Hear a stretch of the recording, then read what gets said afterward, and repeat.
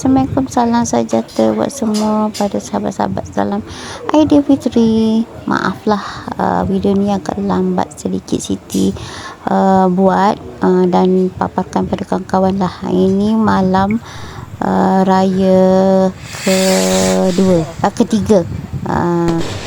Semua anak Kak Long dah balik, jadi kita Kak Long buat makan-makan lah. Ini dia orang main mercun lah kat luar, tapi Siti tak ada lah.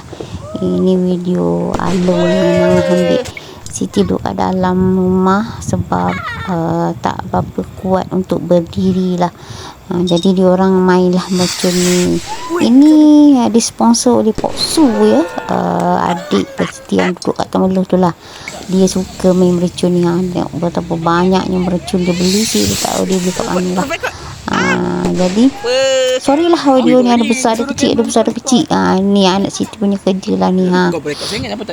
Jadi ambil gambar pun tak menentu. Tengok itu ramai tu ni anak Siti.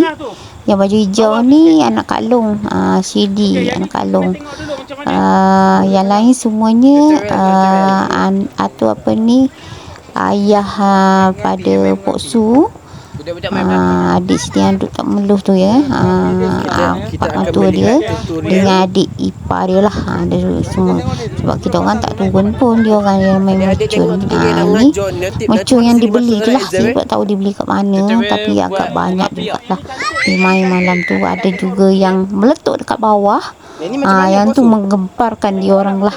Yang kita cuma tengok video-video dalam TikTok dia meletup kat bawah. Ni baru real meletup kat bawah lah.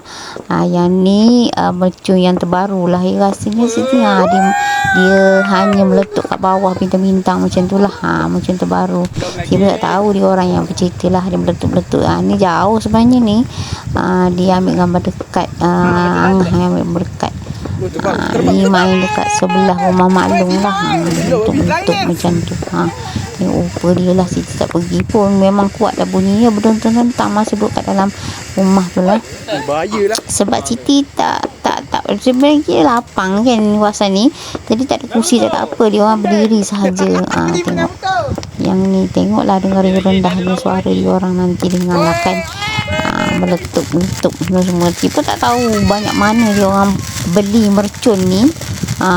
Siti pun tak tahu sebab dia orang ni separuhnya dia buat untuk main dekat rumah Kak Long ni. Separuh dah main dengan rumah ayah dia sebenarnya.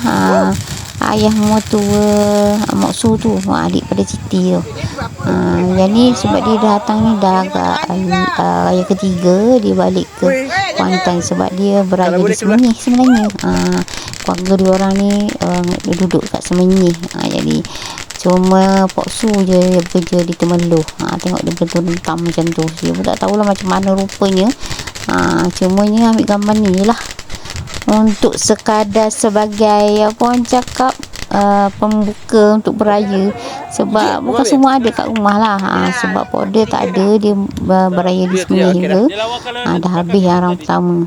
Nanti tengok yang part 2.